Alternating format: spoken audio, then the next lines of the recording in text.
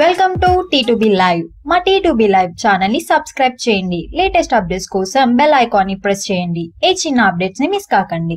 Tollywood epic wonder Baahubali the conclusion ప్రేక్షకుల ముందుకు రావడానికి సిద్ధమవుతుంది. కాగా సినిమా టోటల్ వరల్డ్ వైడ్ గా అదిరిపోయే లెవెల్లో రిలీజ్ కి సిద్ధం కానుంది. కేరళలో సినిమా ఆల్ టైమ్ హిస్టారికల్ లెవెల్లో ఇప్పుడు రిలీజ్ కానుందని సమాచారం. అక్కడ తెలుగు యాక్టర్స్ లో అల్లు అర్జున్ సినిమాలకు దాదాపుగా 200 నుండి 250 థియేటర్స్ దాకా దక్కే అవకాశం ఉంది.